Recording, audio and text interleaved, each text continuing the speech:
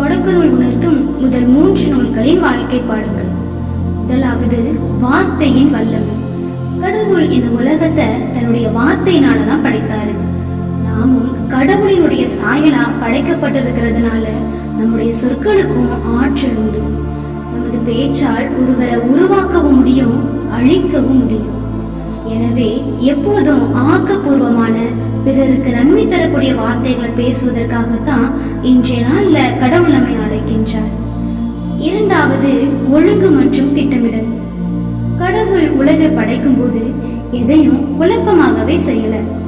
ஒவ்வொன்றையும் ஒவ்வொரு வரிசையிலும் ஒழுங்கிலும் தான் படைத்தாரு. உதாரணமா சொல்லணும்னா, ஒளிக்கு பின் உயிர், நிலத்திற்கு பின் தாவரங்கள்.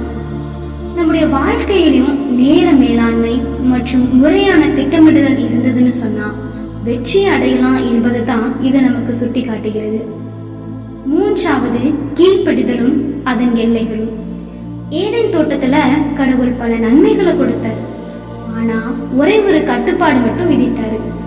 நம்ம வாழ்விலும் சட்டம் ஒழுக்க நெறிகள் நம்ம எல்லாம் அடிமைப்படுத்துவதற்காக கிடையாது. மாறாக நம்மை பாதுகாப்பதற்காகவும் மேன்மைப்படுத்துறதுக்காக தான். விளக்கப்பட்ட கனி அப்படின்னு சொல்லும்போது நம்ம வாழ்க்கையில நாம தவிர்க்க வேண்டிய தவறான ஆசைகளினுடைய அடையாளமா இருக்குது. நான்காவது பொறுப்பை ஏற்றுக்கொள்வது. தவறு செய்ததற்கு அப்புறமா ஆதாமிடம் கேட்டபோது அவர் ஏவாள் மீதுதான் குற்றப்பழியை சுமத்தினாங்க. ஏவாள் பாம்பு மீது பழி போட்டார். தன்னுடைய தவற மறைக்க மற்றவர்கள் மீது பழி போடுவது வீழ்ச்சியினுடைய அறிகுறி. நம்ம செயல்களுக்கு நாமே பொறுப்பேற்பதற்கும் மனப்பக்குவம் வளர வேணும் என்பதுதான் இதிலிருந்து கிடைக்கக்கூடிய முக்கியமான பாடமாகும். ஐந்தாவது விடாமுயற்சியும் நம்பிக்கையும். மனிதன் தவறு செய்ததுக்கு பிறகும் கடவுள் அவர்களை அப்படியே கைவிட்டு விட போவது கிடையாது. அவர்களுக்கு ஆடை வழங்கி பாதுகாத்தாரு. மீண்டும் ஒரு மீட்புக்கான வழியையும் முன்னறிவித்தார்.